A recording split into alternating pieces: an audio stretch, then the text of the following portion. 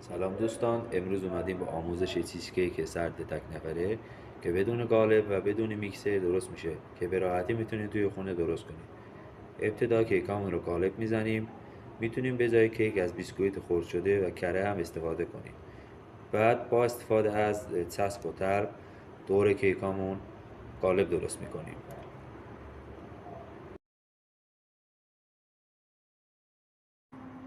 سپس پودر قند، خامه، پنیر خامه‌ای و وانیل رو با همزن دستی مخلوط میکنیم و بعد ژله آلوورا رو با آب و جوش قاطی میکنیم و به مواد چیز کیکمون اضافه میکنیم و خوب هم میزنیم تا یک دست بشه.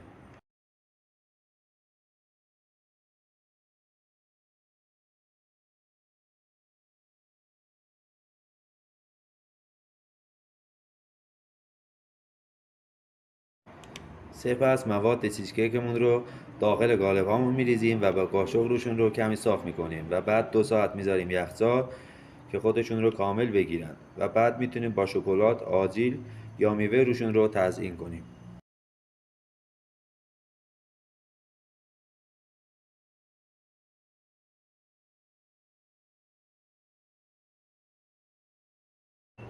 بعد از اینکه شکلاتامون رو اضافه کردیم، ژله هامون رو آماده میکنیم و روی مواد چیز کیکمون میریزیم که من از ژله های بلوبری و انار مات استفاده کردم.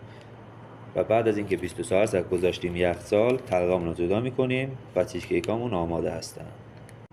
ممنون میشم این پست رو لایک کنید و با دوستانتون به اشتراک بذارید.